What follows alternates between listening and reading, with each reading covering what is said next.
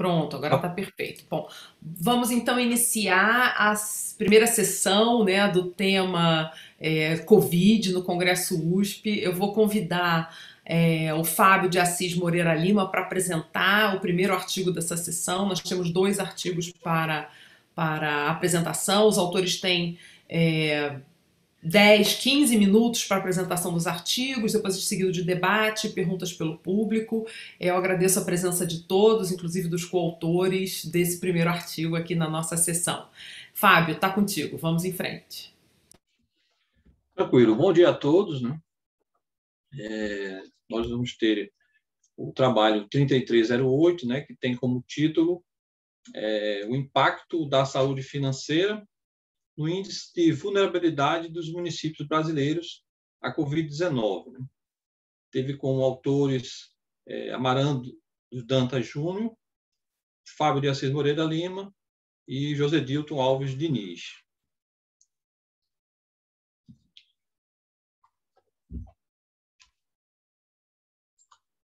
Agora, outro probleminha aqui de passar aqui a apresentação. Não sei. Ah, meu Deus. Coloca o mouse lá na Não, apresentação. tranquilo. Agora vai. É porque estava um probleminha aqui. Deve ser o nervosismo, a primeira experiência. Mas tudo bem. Bom, para uma introdução do trabalho, a gente tem que, mundialmente, né, a pandemia da Covid-19, o nome científico SARS-CoV-2, teve reflexos realmente diretos, né, nos governos, né, e nas políticas públicas, devido principalmente à necessidade de conciliação, né, a disponibilidade dos recursos públicos, né, e as demandas por bens e serviços públicos que toda essa situação pandêmica gerou. Né? Então, realmente, a gente, ainda quando a gente acompanhava o problema da Covid, inicialmente ainda nos países europeus, a gente já via a dificuldade que os sistemas de saúde tiveram para atender a população. Né? Nós acompanhamos de longe já toda essa problemática. Nesse sentido, o problema de pesquisa foi definido em relação a qual a influência da saúde financeira no índice de vulnerabilidade dos municípios brasileiros à Covid-19. Teve, então, como objetivo verificar se a saúde financeira dos municípios brasileiros poderia influenciar o seu nível de vulnerabilidade aos efeitos da pandemia da Covid-19, analisando-se, então, a capacidade de pagamento, CAPAG, né, como uma proxy da saúde financeira. Aqui nós temos que a CAPAG ela é elaborada pela Secretaria do Tesouro Nacional, que recebe os dados dos municípios, né, para levantamento desse indicador, e foi comparado também em relação ao Índice de Vulnerabilidade Municipal, o IVM, aqui desenvolvido pelo Instituto Votorantim, como uma atividade de apoio à sociedade brasileira nesse momento pandêmico, que teve exatamente toda a sua base de levantamento de dados, leva em consideração a estrutura municipal de saúde, né, e os perfis da população.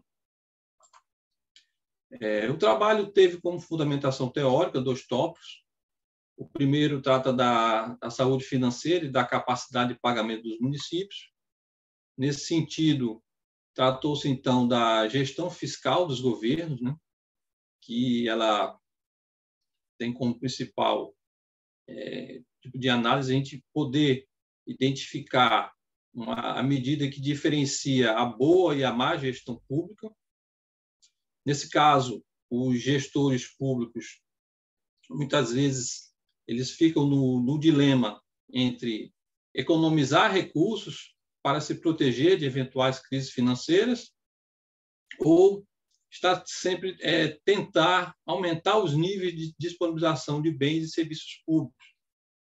E aí é uma decisão realmente gerencial que precisa levar em consideração vários aspectos, né? que, no caso, tem os benefícios tanto para uma das opções como para a segunda, né, que precisam ser levados em consideração. Vieira, 2019, ele coloca que a CAPAG ela pode estar em paralelo às 3 solvências financeiras clássicas, né, trabalhadas no estudo de Groves, de 2003. E aí nós temos essas 3 solvências financeiras, seria a liquidez refletindo a solvência de caixa, a poupança corrente representando a solvência orçamentária e o endividamento se associando à ideia aí da solvência de longo prazo. Para a gente entender um pouco mais da questão da composição da CAPAG, nós temos que ela é definida a partir da junção de 3 indicadores, que seria do endividamento, da poupança corrente e da liquidez. A do endividamento seria obtida por meio da dívida consolidada bruta, né, dividida pela receita corrente líquida. Da poupança corrente, levaria em consideração a despesa corrente dividida pela receita corrente ajustada, né? Aqui entendida, aqui se retira a parte da receita do Fundeb, né? que ela volta para o fundo, né? Em relação à liquidez, nós teríamos as obrigações financeiras divididas pela disponibilidade de caixa bruta. É importante a gente também visualizar que, para a classificação da CAPAG, esses 3 indicadores eles vão ter como resultado dessa análise, serão atribuídas classes, né? É uma avaliação categórica, no caso do endividamento e da poupança, seriam possibilidade de 3 classes, A, B e C, e no caso da liquidez, apenas 2 classes, A ou C. E a partir dessas classes, de cada um desses indicadores, é que vai haver, então, a classificação final, né? Nós temos aqui que, na classe final A, seria, no caso, os municípios que tiveram a classificação A em cada um dos indicadores. E aí, as demais, dependendo da variação, ele vai cair numa classificação B, ou D, ou C. Outro ponto da fundamentação teórica, ele tratou do índice da vulnerabilidade municipal, IVM, né? E aí nós temos exatamente esse objetivo de disponibilizar informações para os gestores públicos e privados, subsidiando, né, a questão do planejamento. Foi uma iniciativa do Instituto Votorantim nesse sentido.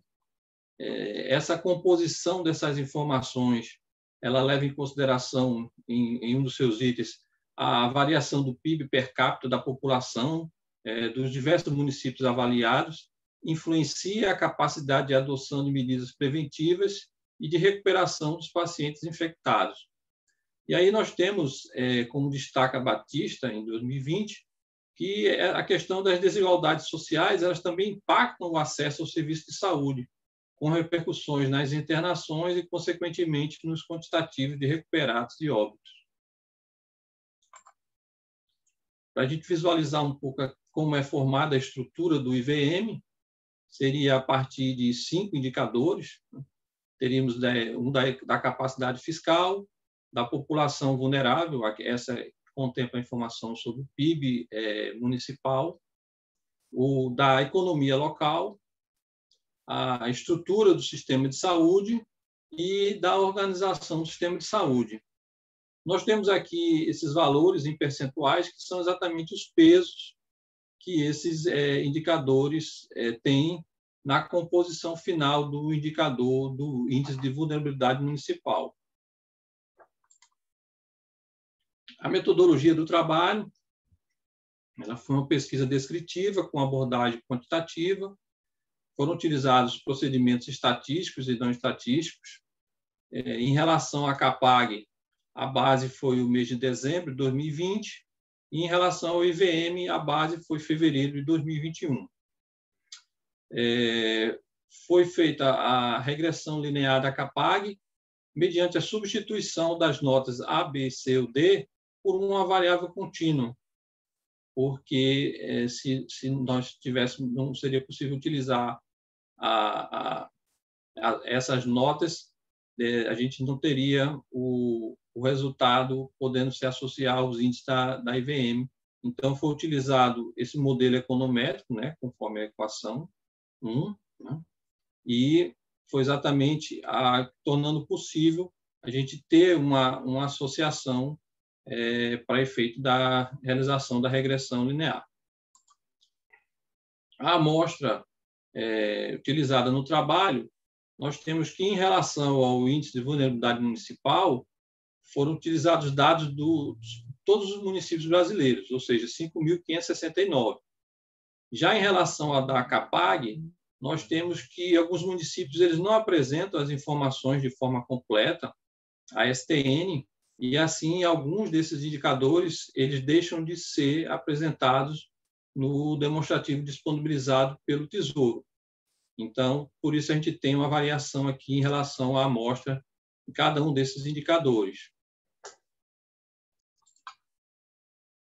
Como resultado, por meio das estatísticas descritivas, mostraram que a grande heterogeneidade, tanto da CAPAG quanto do IVM, entre os municípios brasileiros.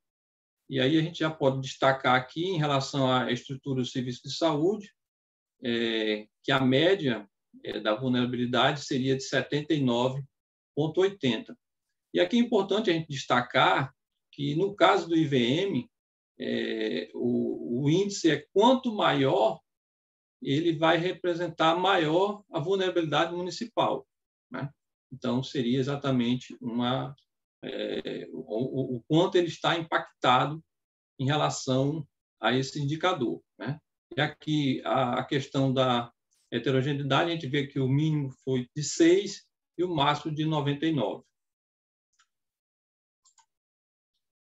E aí a gente vê que, segundo Zuraskaeva, 2010, essas nações que têm índices subnacionais heterogêneos, elas vão realmente precisar de medidas também heterogêneas para melhor adequação das necessidades locais. Quanto ao IVM, a média da amostra foi de 57,94. Aqui a gente destaca o município de Colina, em São Paulo, que apresentou o menor índice, no caso aí de 28 pontos, né? E a gente vê a diferença em relação a outros municípios aqui destacados do estado da Bahia, como Vanderlei, que atingiu a marca de vulnerabilidade de 75,6 pontos. Esses altos níveis de vulnerabilidade nas dimensões da economia local e da estrutura do serviço de saúde refletem a dificuldade de gerenciar a pandemia em nível municipal, né? Nós temos que a Organização do Sistema de Saúde teve uma média de 56 pontos, foi melhor do que a da estrutura. Ainda como resultados, em relação à saúde financeira, a média foi de 6,45. Temos que 47 observações com nota 9 ou acima, e no outro extremo, com 22 municípios com índice menor ou igual a 2. Então, a gente tem que a alta média em relação à CAPAG, ela exatamente é a que possibilita a contratação de empréstimo, né, que é o objetivo da CAPAG, é esse, de avaliar a capacidade de pagamento dos municípios, no caso, que vão ter a garantia da União, né? No caso, a poupança corrente apresenta uma média abaixo de 5, e isso demonstra exatamente que os municípios assim têm muita dificuldade em realmente formar uma poupança, né, para as eventualidades. No caso, o índice de liquidez apresentou a média de 6,28 e demonstra uma margem de gestão financeira em relação ao caixa dos municípios. Em relação à matriz de correlação de Pearson, foram identificadas que as variáveis da CAPAG e do IVM eles apresentaram uma relação negativa de 37% entre os índices gerais. Em relação ao resultado da regressão linear, por meio da técnica com os dados em cross-section, verifica-se que há uma relação negativa para todas as variáveis analisadas da CAPAG em relação ao IVM. E como conclusões, nós temos que exatamente foi observado que os dados eles apontam para uma grande diferença dos perfis entre as regiões do Brasil, né? Nós temos a questão do Nordeste e do Norte, que apresentaram mais situações de vulnerabilidade, enquanto o Centro-Oeste e o Sul mostraram níveis de IVM mais a menos. A matriz de correlação e o modelo de regressão linear confirmaram a expectativa teórica da relação negativa entre as duas dimensões analisadas, né? De forma que, quanto menores forem os índices de saúde financeira, menos vulneráveis esses municípios se mostraram aos efeitos da pandemia. Nós tivemos aqui alguns exemplos das nossas referências. Gostaria de agradecer a atenção e estão aqui os nossos contatos, né, para eventuais futuros momentos também. Perfeito, Fábio. Muito obrigada por sua apresentação. Passou um pouquinho o tempo, mas está dentro do previsto. A gente acomoda aqui para não prejudicar o próximo trabalho, né, em termos de debates e tudo mais. Bom, eu como moderadora da sessão, né, eu tenho aqui também o papel de debater os trabalhos, então eu vou usar alguns minutos para traçar algumas considerações sobre o artigo, né. Eu queria já agradecer a presença também do professor José Dilton, né, colega aí de outras edições do Congresso USP. É um prazer, professor, tê-lo aqui. Então, fique à vontade também, José Dilton, para, né, engajar nesse debate do artigo. Eu queria começar a minha fala parabenizando vocês pelo estudo. Realmente o tema da Covid é extremamente relevante no contexto atual, ainda e será por bastante tempo, e principalmente para uma administração pública brasileira que está tentando diferentes soluções, diferentes saídas também no nível municipal e estadual, né? Então, essa discussão sobre capacidade de pagamento e vulnerabilidade mostra-se extremamente relevante. Vocês trouxeram essa discussão no artigo, né? E assim, eu de certo modo até dou parabéns ao Fábio, né? O Fábio, se eu não me engano, o Fábio ingressou no mestrado logo em seguida iniciou a pandemia, né, Fábio? Então você você faz parte das turmas de mestrado que provavelmente concluirão o mestrado com pouco tempo de atividade presencial nas universidades, né?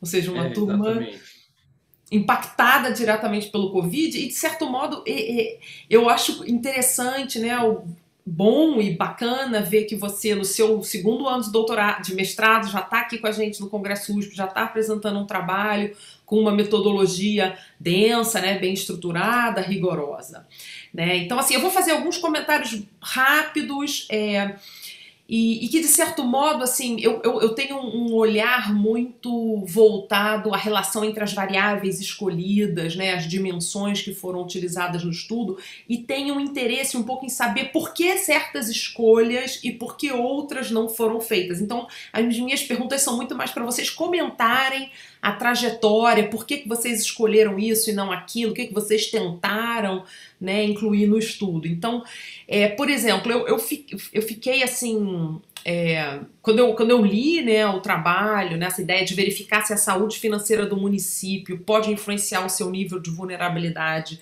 aos efeitos da pandemia, eu achei extremamente importante, mas o resultado, ele, digamos assim, ele não é tão surpreendente, né? Ou seja, os municípios que têm maior capacidade de pagamento tenderão a ser menos vulneráveis, né? Essa relação inversamente proporcional.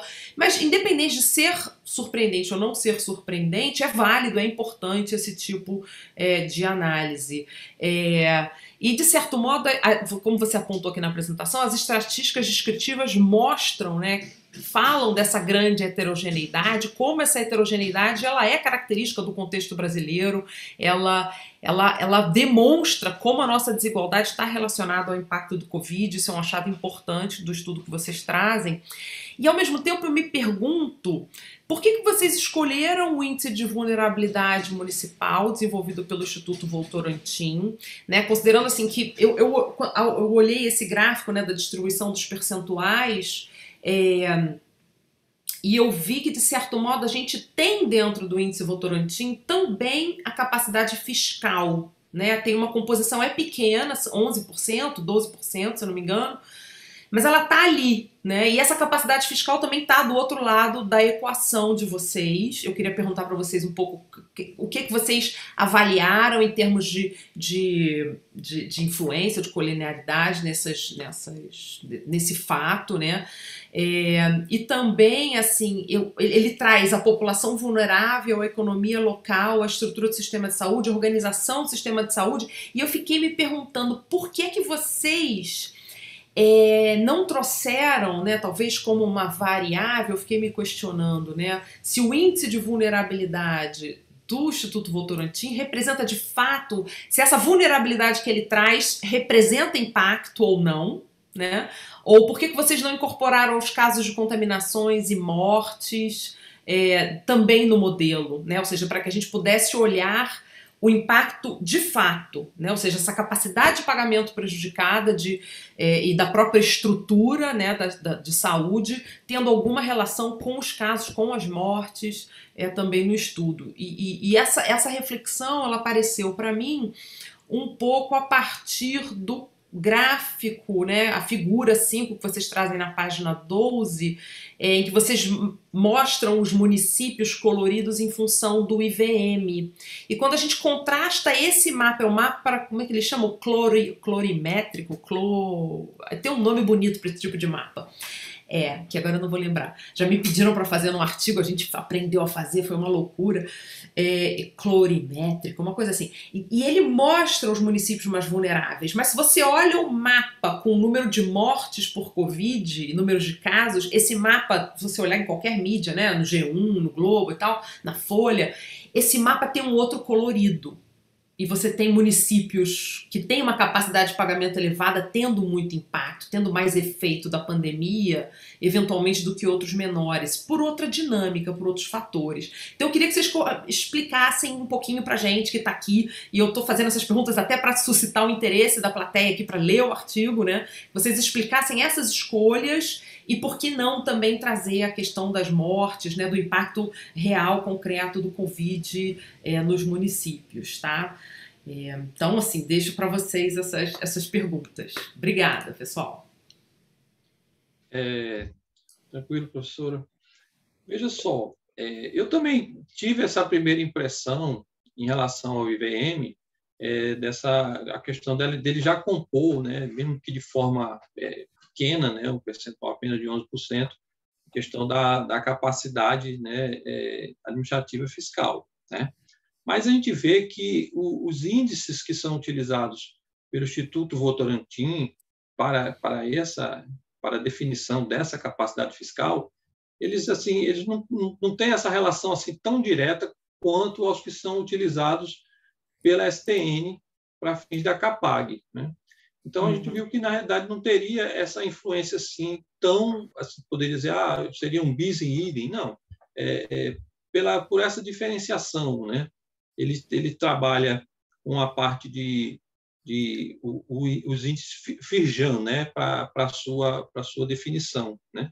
E aí a gente vê que nessa definição, quando ele aglutina gastos do pessoal, então, assim, não está exatamente vinculado, acho que a correlação é muito pequena em relação ao da CAPAG, né?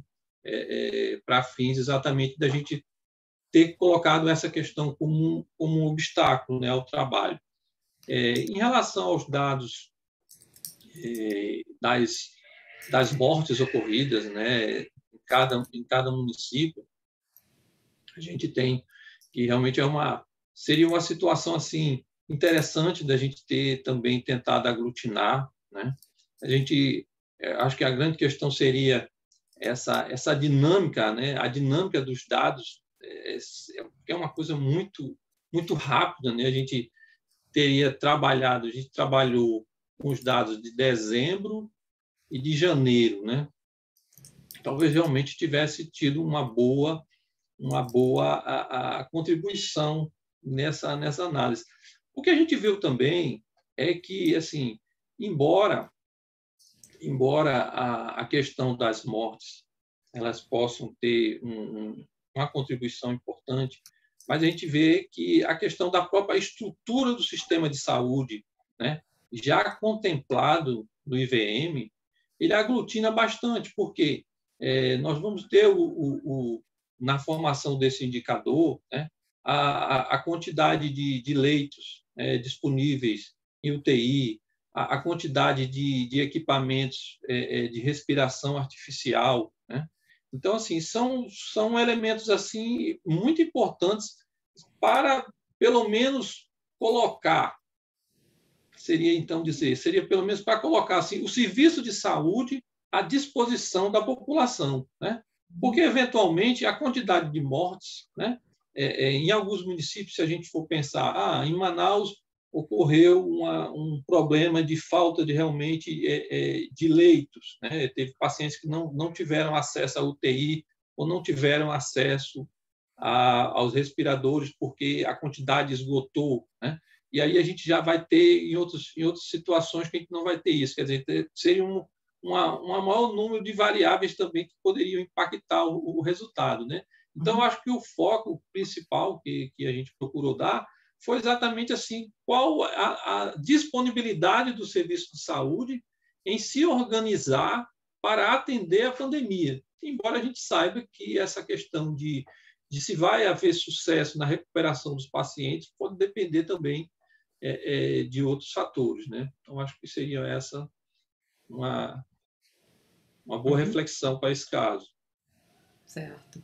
Certo. Inclusive, eu imagino, eu não conheço esse índice de vulnerabilidade, né?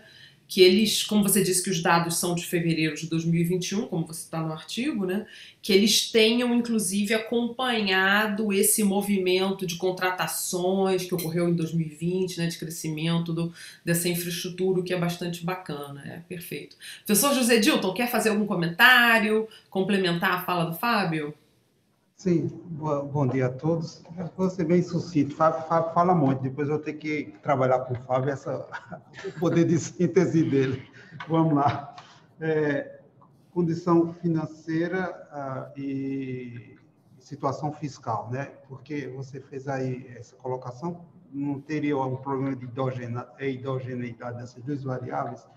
Veja só, quando a gente trabalhou um lado da equação, que seria a condição financeira ela é bem mais ampla do que a condição fiscal. Então, a gente trabalha num espectro mais amplo. Naturalmente, uma parte da condição financeira vai ter algo fiscal. Na realidade, a condição financeira ela é composta por nove componentes, de acordo com a literatura que a gente utilizou. Então, o fiscal seria então, em termos econométricos, algo em torno de 10% poderia se explicar, que eu acho que não seria tão maléfico para o modelo. Por que utilizar o modelo lá do Votorantim, o IVA? Veja só, na realidade, o que a gente estava querendo fazer era o seguinte: se os municípios que tinham a melhor condição financeira antes da pandemia, seriam municípios, digamos, que teriam condições de enfrentar melhor a pandemia. Partindo do conceito de que condição financeira é a capacidade que você tem de manter os serviços de forma constante e com qualidade. Então, a gente partiu desse pressuposto. Essa variável do Votorantim, a gente achou interessante, professora, por dois motivos. Primeiro, até quando a gente começou a fazer a pesquisa, eu acho que foi em outubro, já final de outubro, novembro, e a gente ficou tentando atualizar, os dados de Covid, até hoje, são muito, muito difíceis da gente obter dados. Dados de morte, é complicado demais para eu ter. Eu sei assim, morreu no Brasil 552, isso eu sei, mas se eu for pegar os microdados por município, essa informação talvez não esteja disponível para a gente. Na época a gente não tem, hoje eu já tenho essa informação que eu tenho como conseguir, mas na época eu não tinha essa questão de a quantidade de contaminados, a quantidade de mortos e etc. A gente não tinha essa informação. O que a gente tinha na época era esse indicador, e era um indicador que eu creio que estaria mais alinhado com a problemática da pesquisa, que era verificar a qualidade do serviço, né? Ou seja, o serviço dispõe disso, a qualidade, ou seja, partindo mais para uma componente da condição financeira, aí teria um pouco de heterogeneidade, que seria a solvência de serviços. Então, o motivo da gente ter utilizado o IVA foi esse, por falta de opção fiscal. É muito chato dizer isso, mas o que a gente tinha naquele momento, dado o problema de transparência que a gente teve, seríssimo, né, com relação aos dados da pandemia. Obrigado.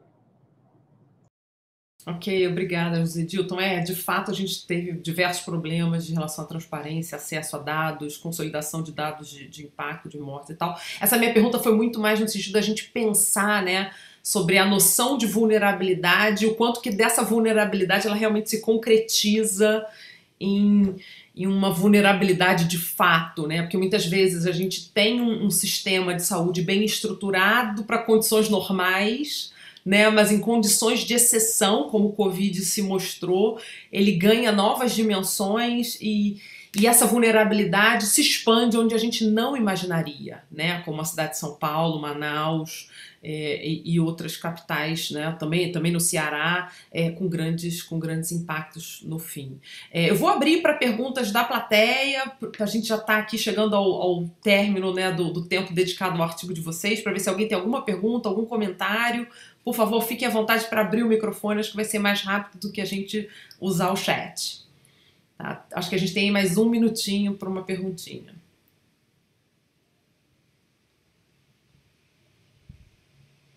Bom, acho que não temos ninguém ainda, né, se voluntariando para fazer uma pergunta. Ao final da sessão, se alguém quiser fazer algum comentário, os autores estarão aqui ainda conosco na sessão. Então, agradeço a vocês, parabenizo pelo estudo, agradeço por essa disponibilidade de estar aqui com a gente, de abraçar um tema tão importante, e espero depois ver esse artigo comentado, ajustado, publicado numa revista, dada a sua relevância. Tá ok? Obrigada. Parabéns aos autores. Agora eu vou pedir... Obrigada. Vou pedir aos apresentadores do segundo artigo, né? Acho que vai ser a Alessandra que vai apresentar. Vários autores nesse artigo, professora Silvia, João, tem muita gente aqui na sessão relacionada a esse texto, então vou pedir aos autores do texto O Cachorro que Não Caiu da Mudança, Sentimentos ao Cursar a Pós-Graduação durante a Pandemia, que se juntem aqui a nós para a apresentação de seus trabalhos. Já podem fazer o upload da apresentação. Olá, vou compartilhar. Bom dia para todo mundo. A Camila vai compartilhar os slides, porque eu estou num local que a internet está oscilando muito, então se a internet cair até eu voltar e projetar demora muito tempo. Perfeito, perfeito. Mas quando a Camila vai projetando o slide, eu vou falar um pouco da nossa pesquisa. É uma parceria muito boa aí da disciplina da professora Silvia, onde eu e ela com o JP.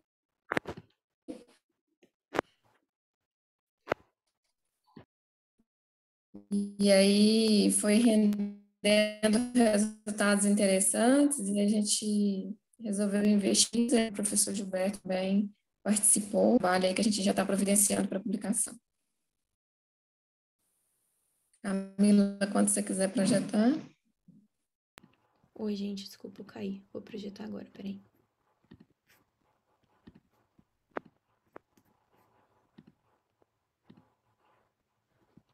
Vocês estão vendo? Sim, estamos vendo, Camila. Bom, então, nosso trabalho é O Cachorro que Caiu da Mudança, Sentimento ao Cursar a Pós-Graduação durante a pandemia. Os autores, eu, a Camila, professor Gilberto, professor João Paulo e a professora Silvia. Pode passar, Camila.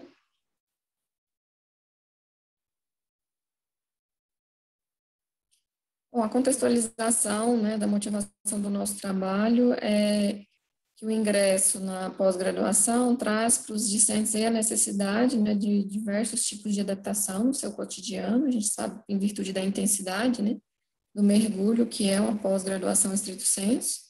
Então, em virtude dessa dedicação exclusiva, né, há várias mudanças de relacionamento, hábitos de rotina na vida do indivíduo, entre outros, né. São adaptações que são apontadas aí na literatura prévia. E para os ingressantes da turma da pós-graduação do ano de 2020, que foi o ano que se iniciou, né, a pandemia, além de todo esse processo de ajustamento às mudanças, que podem desencadear diferentes níveis de estresse nas pessoas, elas ainda tiveram que passar pelo choque, né, trazido pelo Covid. Então, além das mudanças já em virtude da pós-graduação, vem aí uma nova mudança num curto espaço de tempo, né, questões aí de semanas, em virtude da readaptação do espaço para cursar aí a pós-graduação. Pode passar, Camila. Então, o objetivo da nossa pesquisa foi identificar as mudanças e preparações necessárias em um primeiro momento, né, e depois, num segundo momento, para a transição do ensino remoto emergencial. Então, nosso intuito era compreender como o convívio e a socialização impactam os estudos e como são afetados nessa experiência aí remota. Pode passar, Camila. A nossa metodologia de pesquisa é uma abordagem qualitativa, né, porque a construção do corpus de pesquisa foi através de 7 entrevistas semi-estruturadas. Essas entrevistas, elas renderam aí 56 páginas de transcrição, que foram codificadas aí, né, por meio de uma planilha de Excel, a gente fez em Excel pelas técnicas do Grandetir. Pode passar, Camila. Aí, essa codificação das entrevistas, nós codificamos numa planilha de Excel, conforme nós já dissemos, de acordo com esses códigos, né, utilizando também essas cores. Então, a gente juntou lá os trechos relacionados a mudanças, né, mudanças programadas antes do ensino remoto. A gente codificou em rotina, lugar, emprego, expectativa antes do ensino remoto, então as expectativas positivas e negativas desses discentes, expectativas pós-ensino remoto também, positivas e negativas, e as readaptações pós-ensino remoto, também as readaptações de rotina, lugar e emprego. E aí um outro nó que a gente criou foi de sentimento, aí o sentimento sobre o ensino remoto e o sentimento sobre as mudanças, também sentimentos positivos e negativos. Com relação à socialização, né, o sentimento desses alunos na socialização remota e na socialização presencial, também os sentimentos positivos e negativos relacionados a isso, e as principais diferenças apontadas por esses alunos entre o ensino remoto e presencial, e criamos também um nó relacionado à questão geracional, destacando aí as facilidades e as dificuldades que eles relataram nas entrevistas com relação ao ensino remoto. E também identificamos algumas questões relacionadas à maternidade. Pode passar, Camila.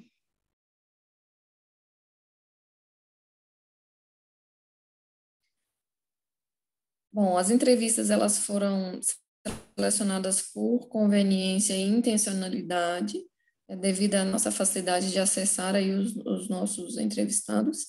Devido ao contexto do Covid, todas as entrevistas foram conduzidas também de forma remota, né, por meio do software que a gente tem, né, do Google Meet.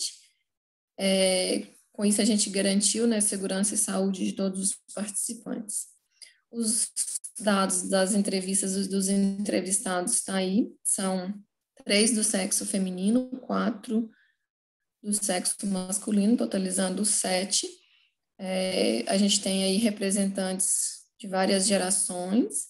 As regiões representantes da nossa pesquisa são alunos de uma única pós-graduação, mas que a gente tem aluno da região Sudeste, Norte, Sul, Centro-Oeste, outro Sudeste, Nordeste e um aluno estrangeiro. A maioria aí são do doutorado e 2 do mestrado. As durações da entrevista, a gente tem tempos diferentes das entrevistas, porque alguns alunos, alguns discentes, né, eles tinham uma necessidade maior de falar, e outros já iam mais direto ao ponto. Alguns também a gente tinha que fazer a pergunta de uma forma diferente, porque às vezes não entendia. E um destaque para esse entrevistado da região sul, que a entrevista dele só durou 12 minutos, porque a entrevista dele só foi até na metade, porque ele teve que desistir do doutorado em virtude da pandemia. E aí o total de páginas de cada um. Pode passar, Camila.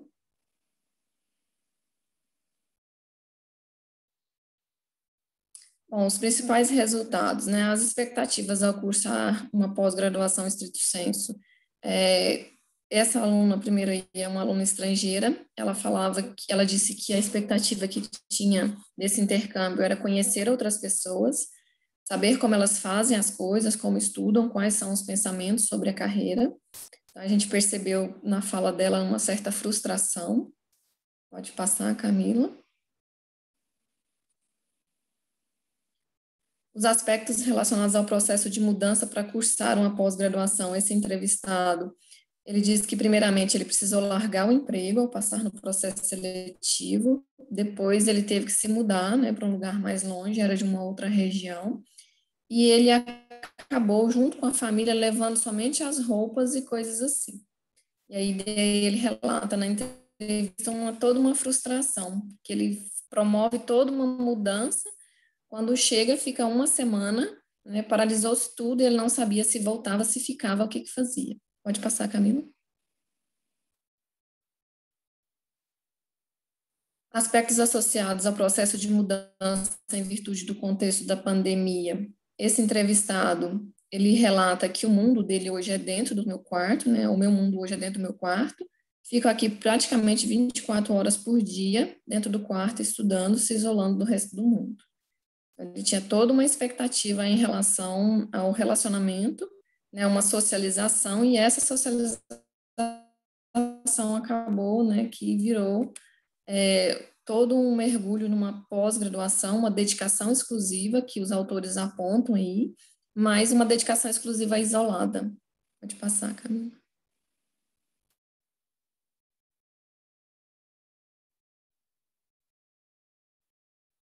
Aspectos associados às mudanças educacionais para o ensino remoto. Esse entrevistado, ele fala que quando as aulas são presenciais e há uma coisa que você não entende, você pode recorrer ao professor ou algum outro colega. E com o ensino remoto, se eu tiver alguma dúvida, eu preciso procurar na internet ou buscar em outras páginas existentes.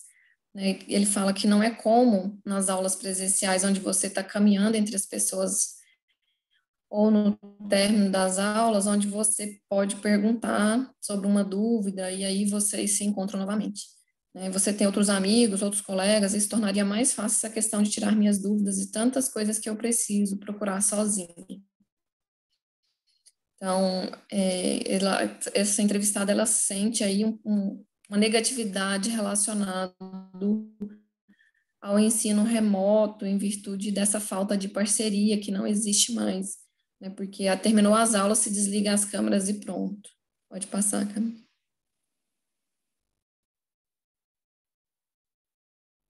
Os aspectos associados aos sentimentos em relação ao ensino remoto.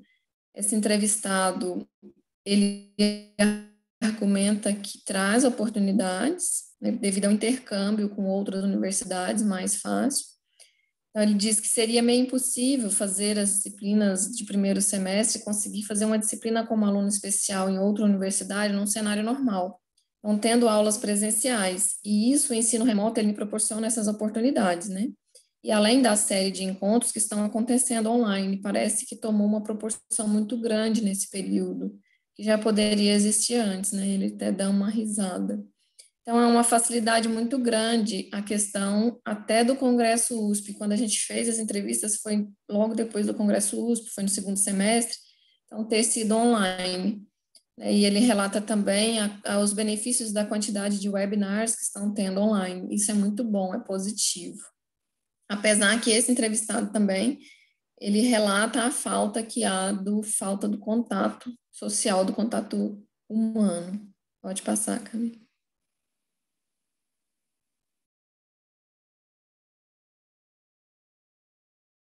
Socialização no ambiente remoto. Bom, aqui são falas de dois entrevistados. O primeiro fala que eu acho que o que mais prejudica a gente hoje nessa questão da aula remota é realmente essa falta de contato humano.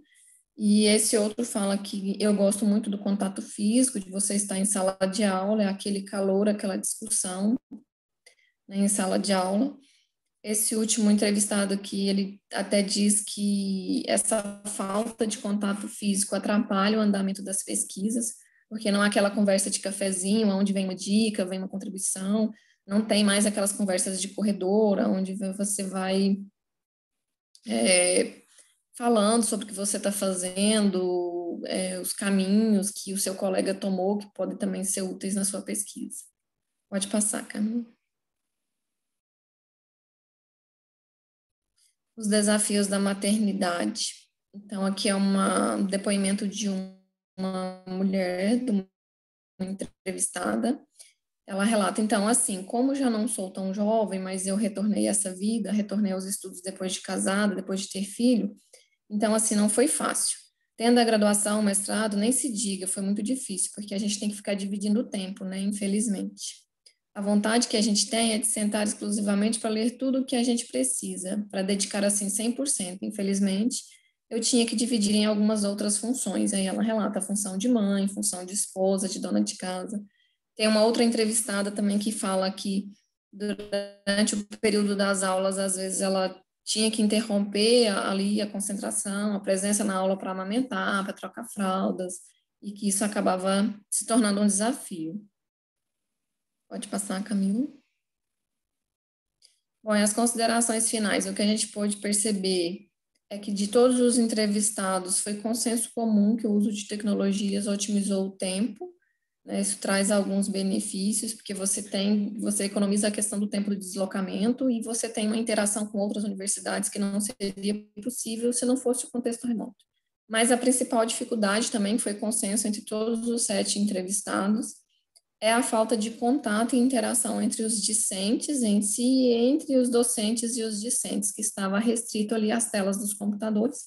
Encerrou o tempo da aula, estava encerrado o contato. Pode passar, Camila.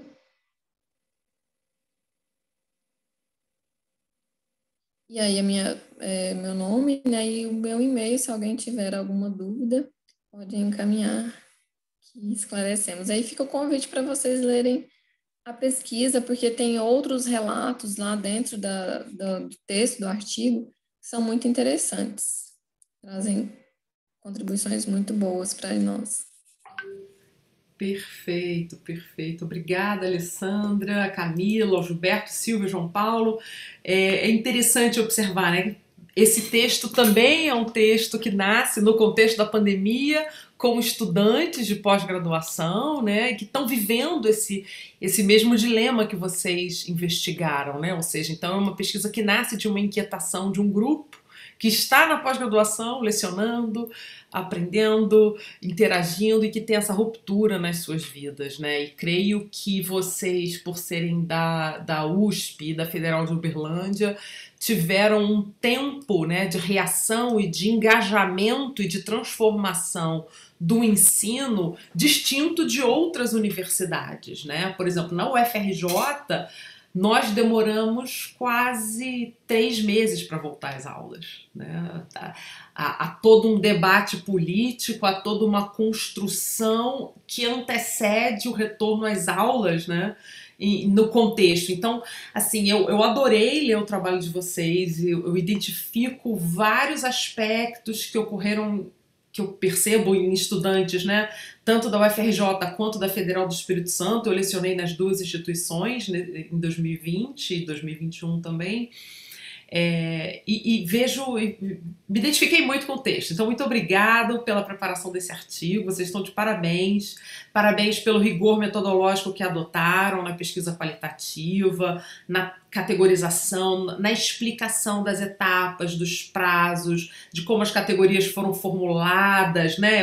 O positivo e o negativo em cada dimensão. Gostei muito, né? Vocês foram bastante didáticos e creio que esse texto também tem esse ponto positivo, né? Uma outra pessoa que queira utilizar esse método vai poder se inspirar na maneira com que vocês organizaram e apresentaram os seus achados. Então, vocês estão na minha visão, vocês estão de parabéns pelo texto elaborado, né? Assim, quero fazer apenas alguns comentários bem curtos, né? Assim, que eu acho que vocês poderiam trabalhar para a submissão da revista, né? Na leitura tanto do resumo quanto das considerações finais, eu acho que vocês colocam uma ênfase nessa coisa da saúde mental e física. E, ao mesmo tempo, nesses mesmos textos, quando vocês tratam dos resultados, esses resultados eles são um pouco mais, eu não diria utilitaristas, mas eles são um pouco mais objetivos e com uma visão muito concreta, né? Menos relacionada a essa saúde, a impactos na saúde mental e física. Quando vocês usam assim a expressão caminho sem volta, otimização do tempo, ganho de produtividade, formação de network, tem umas expressões que tratam de um aspecto objetivo de como as pessoas percebem essas mudanças, essas transformações, né, que o Covid trouxe, e não tão relacionado à questão da saúde mental. Né? Então, assim, eu coloco assim, essa reflexão para vocês. Eu sei que isso aparece nos dados, né? Isso vem através da coisa da maternidade, né? Do impacto para a mulher, da questão de gênero, e acho assim que o resumo e as considerações finais tornam o texto um pouco mais seco, exploram um pouco esse potencial interpretativo e deixam de uma maneira com categorias muito não é apenas objetivas, mas muito diretas, né? Que poderiam ter sido capturadas por um questionário e não por uma entrevista em que a pessoa, você tem expressões, você tem silêncios, você tem pausas, né? Na entrevista. Então, eu acho assim que vocês poderiam trabalhar um pouquinho o resumo e as considerações finais para trazer um pouco mais desse aspecto relevante desse artigo, né, que é feito com uma pesquisa qualitativa e interpretativa, né, a partir da literatura que vocês acessaram, e por sinal uma revisão de literatura muito bem feita, muito bem conduzida, uma literatura atual, né, relevante. Então, assim, eu deixo essa reflexão, né, e essa sugestão de vocês tornarem o texto um pouco, eu não quero usar a palavra soft, mas um pouco mais carregado dessas nuances interpretativas nessas duas partes do texto. E eu também queria fazer uma pergunta para vocês, né? Eu imagino que vocês tenham conduzido as entrevistas, né? Vocês, não sei se os 5, ou se vocês... Eu queria que vocês falassem um pouco disso. Como é que vocês dividiram o trabalho na equipe, né? Com 5 autores, quem entrevistou quem, e como foi essa experiência, e quem entrevistou os homens, se vocês perceberam os impactos na parentalidade e o impacto para homens, porque eu conheço vários homens que tiveram impactos severos nas suas vidas, né? Nas relações familiares, rompimentos de relações, né? De ter que cuidar de filhos que não faziam antes, né? Porque suas mulheres agora também precisam trabalhar e tiveram que dividir. Então, assim, eu acho que tem aí eu queria que vocês falassem também um pouco da dinâmica de vocês, do trabalho de vocês, como é que vocês dividiram o trabalho em equipe e como... Se vocês perceberam que os homens travam, não se permitem falar, ou se eles falaram, como foi, né? Como foi o homem tratando desse impacto na vida, né? Do Covid na vida como pós-graduando. Obrigada. Não sei quem vai responder, se Silvia, Camila, Alessandra. Eu vou falar um pouco e depois, se a professora Silvia, a Camila também quiser falar. As entrevistas foram realizadas por mim, pela Camila. A Camila fez as minhas transcrições, eu fiz as transcrições das entrevistas dela, para que a gente tivesse um outro olhar sobre a entrevista que a outra fez. E depois a gente fazia as revisões juntos das entrevistas. Não teve assim uma separação, eu faço só entrevista feminina, ela faz entrevista masculina. Eu tive outra oportunidade de entrevistar mulheres e homens, e a Camila também. Eles estavam bem à vontade para falar. Teve até um aluno de mestrado bem jovem, que ele falou bastante e ele confidenciou a questão da distância, que era como era muito jovem, solteiro, ele estava sozinho, né, na cidade onde ele iria cursar, ele era da região norte, e aí ele foi para a região sudeste para cursar o mestrado e ficou longe dos pais, e aí ele relata a questão da solidão, a distância dos parentes, que isso era muito difícil, que ele tinha vontade de voltar, porque tinha muito medo de perder os pais e não estar lá, mas ele não poderia ir, porque a qualquer momento as aulas poderiam voltar, enfim, ele, durante várias vezes na entrevista, ele relata isso. Um outro entrevistado homem que morava também com a mãe, ele fala da dificuldade de estudar, até o que falou que o mundo dele agora era dentro do quarto, que ele tinha que se isolar dentro do quarto, porque tinha um sobrinho que morava junto, que ali fazia muita bagunça, acabava atrapalhando, e a mãe também, que se ele ficasse em outro ambiente da casa, queria ficar por perto, palpitando, interferindo ali nas aulas dele. Com relação às mulheres, né, entrevistadas, a gente percebe que elas falam muito mais porque elas sentem essa questão da cobrança da universidade, os colegas estão produzindo, estão publicando, e teve uma que estava com um bebê de 1 mês, e ela falava que a pesquisa dela estava muito atrasada e ela não conseguia acompanhar, e estava vendo todos os colegas seguirem, e ela não conseguia seguir porque ela também tinha que cuidar do bebê, e ela não conseguia se dedicar às tarefas do doutorado como os demais colegas.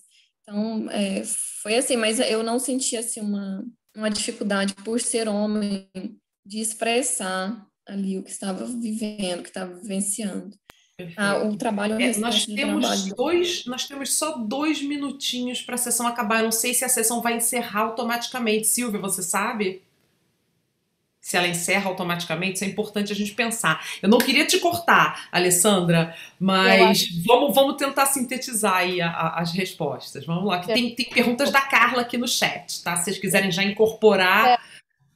viu, Fernanda? Acho que a gente pode avançar um pouco. Ah, que ótimo! É Perfeito, diferente perfeito. do ano passado, viu? Melhoramos nesse sentido. Ai, que ótimo, perfeito. Então podemos passar do horário, ficaríamos à vontade para debater o artigo, então.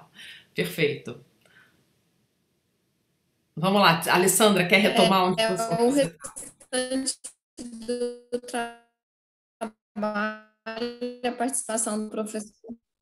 Sim, aí do professor JP foi mesmo durante a disciplina, nos auxiliando na construção do Grand Tir, depois na própria construção e revisão do nosso roteiro de entrevistas, né?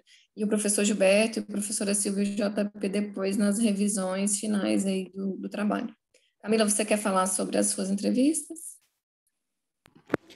Acho que só para complementar rapidinho, eu concordo que, tipo, não era difícil encontrar esses sentimentos nos homens, mas eu acho que nas mulheres eles vinham muito mais aflorados, eram muito mais intensos.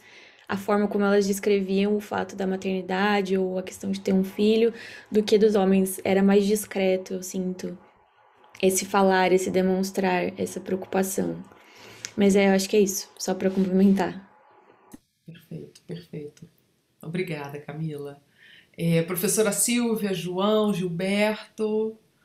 Tem Eu uma queria pergunta aqui no chat da Carla sobre a Grounded Theory. Ela queria que vocês explicassem um pouquinho como a estratégia foi usada no artigo também. comentar uma coisa que eu acho interessante, como a pesquisa qualitativa avança à medida que você vai interagindo com as evidências que você constrói, né? Então, a gente já tem uma outra versão dessa pesquisa em que a gente explora mais 3 casos que, para nós, a gente trata como casos especiais, né?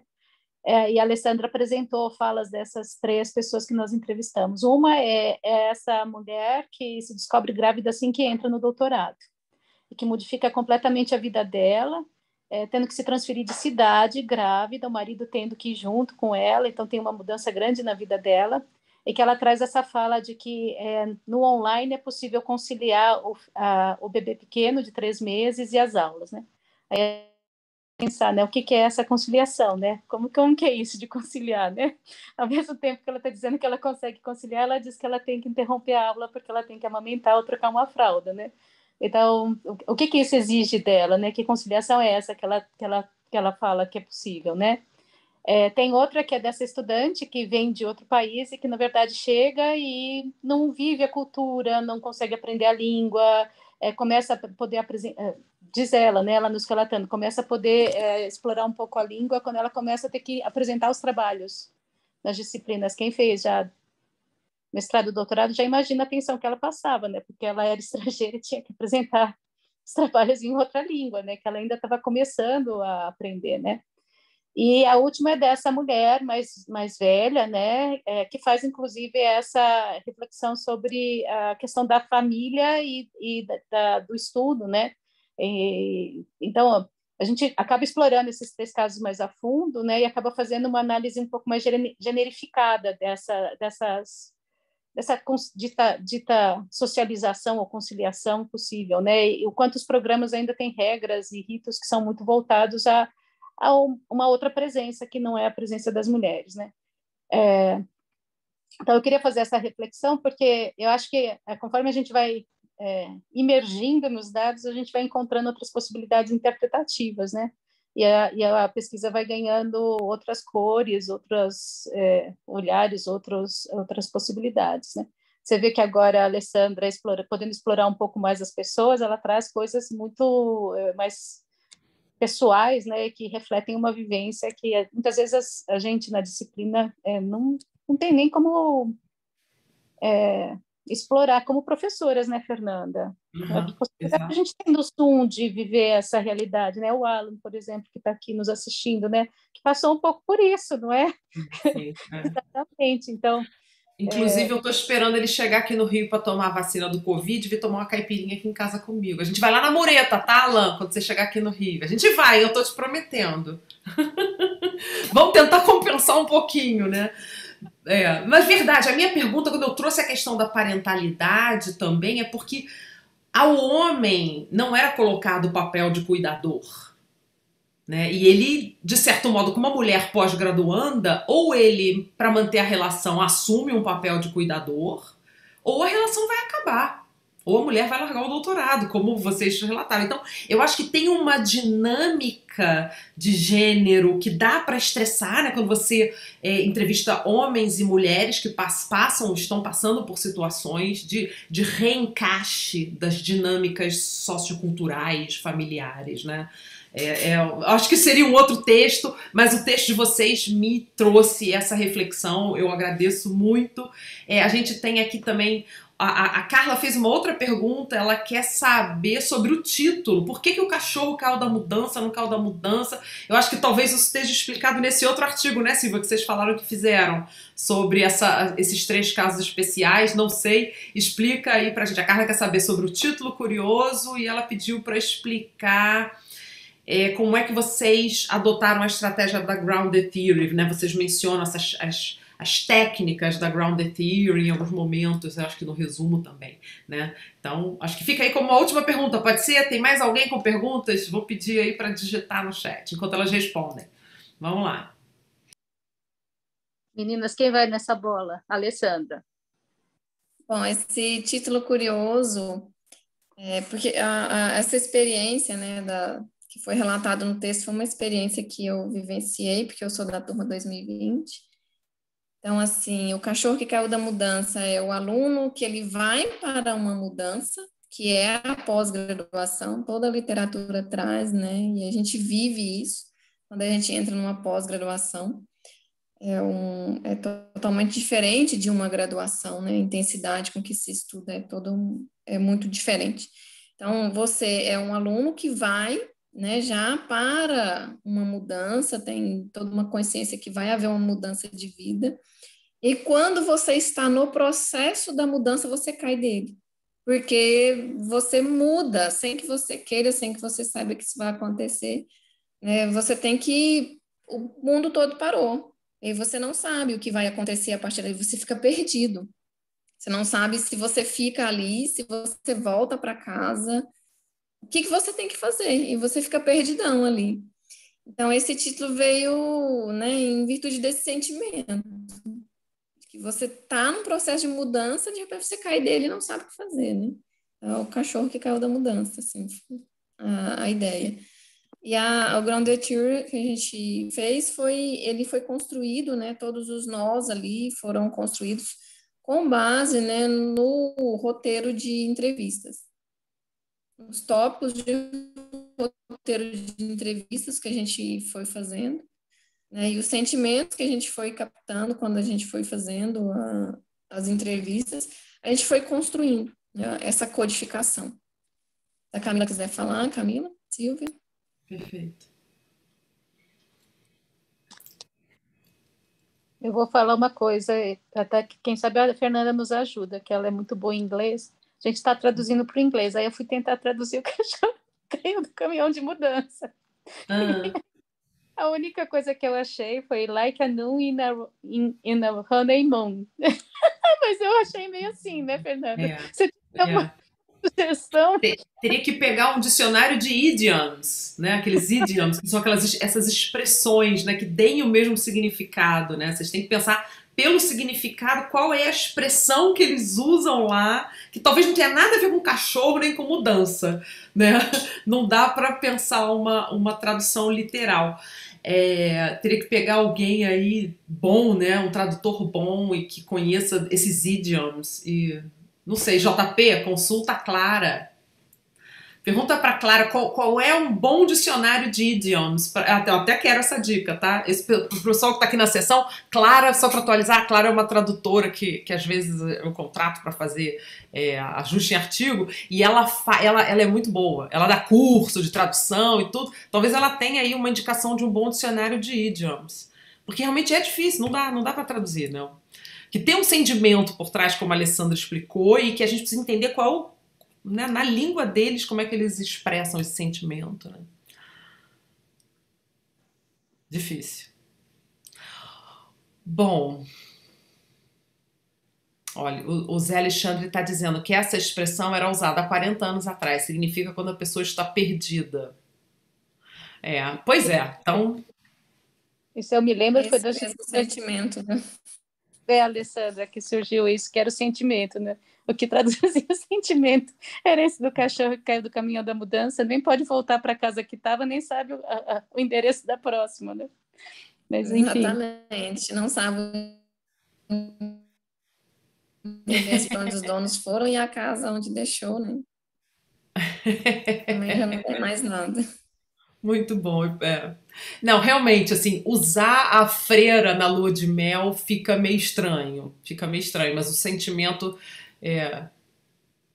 tem que pensar numa melhor tradução, mas de qualquer maneira, assim, eu não sei se os autores querem fazer mais algum comentário, as perguntas que a Carla fez, os comentários de outras pessoas no chat, mas de qualquer maneira eu já gostaria... Rapidinho, eu posso fazer um comentário rápido?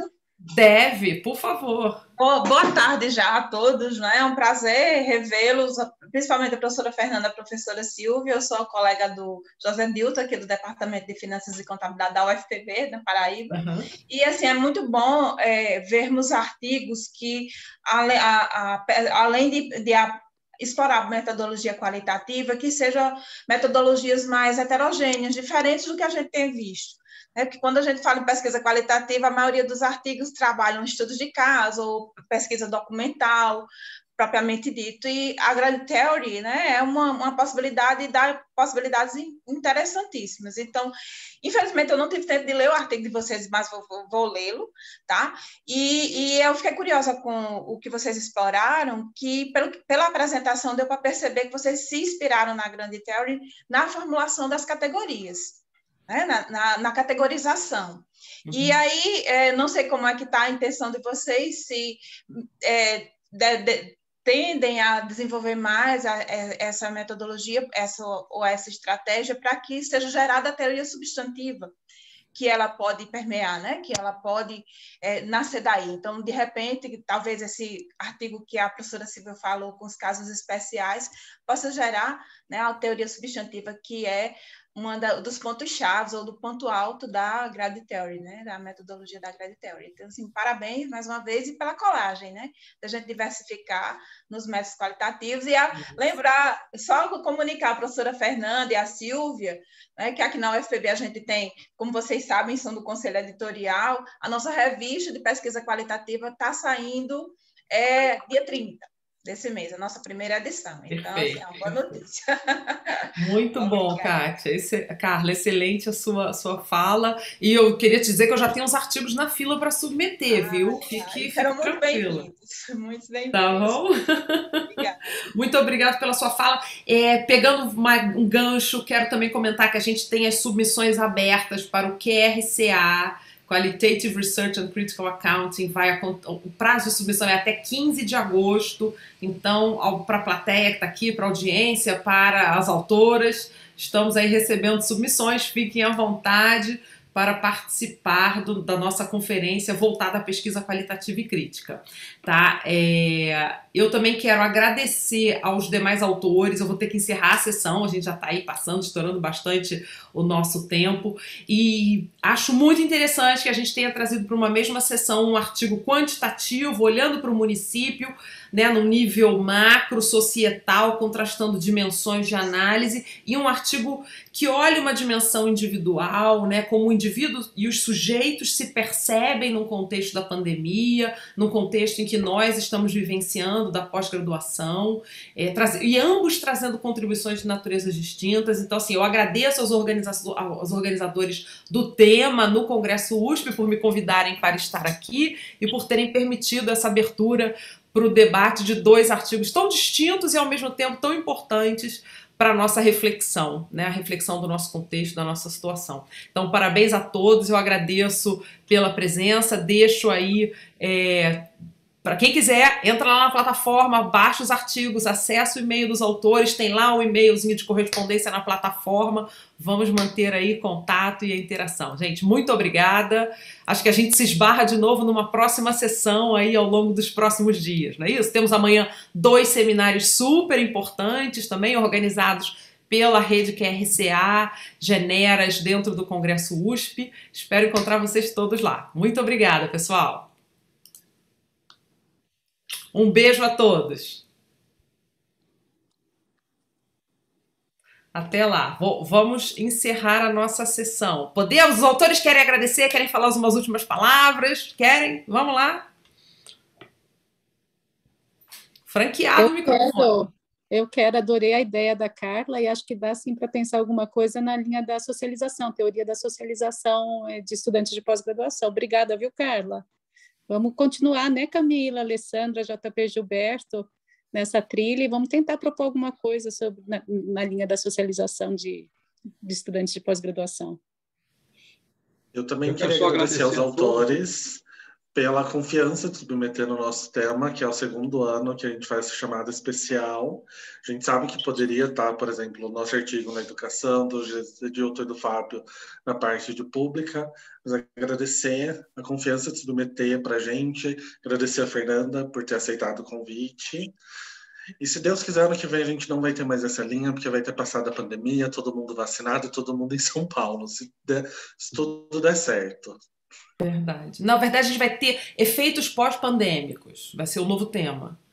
A sociedade pós-pandemia, né? Acho que o tema ainda vai ter aí algo para a gente investigar, né? Talvez. Vamos pensar, né? Fica aí essa questão para o ano que vem, JP. Obrigadíssima. Agradeço vocês por essa oportunidade, pessoal. Foi ótimo. Obrigado também, parabéns à professora Fernanda, viu, pela condução dessa sessão, viu? Foi um prazer conhecê-la e a todos